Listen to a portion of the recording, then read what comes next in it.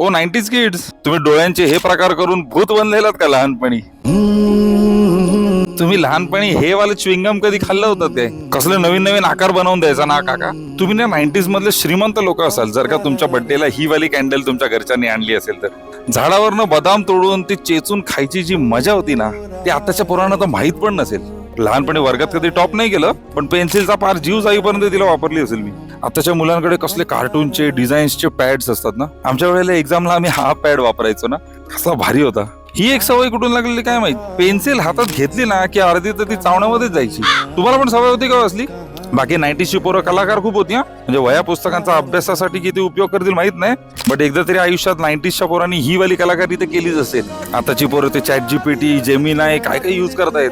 आमच्या वेळेला आम्ही स्वतःच AI एक्सपर्ट होतो. न्यूजपेपर मध्ये असलेल्या फोटोंवर पेनाने अशी डिझाईन करून फार वाट लावायचं होतं माणसाची. पण एक गोष्ट 90ची आणि आताची जनरेशन प्रत्येक जण मानेल की आयुष्यात ना कुठलंही दुःख सहन करू, पण ही जी चामडी निघते ना हे मेल्या सहन होत नाही. लहानपणी हे जमिनीवर घासून कधी कोणाला चटका दिला होतात काय? याला काय म्हणायचं कमेंट्स मध्ये सांगा ना.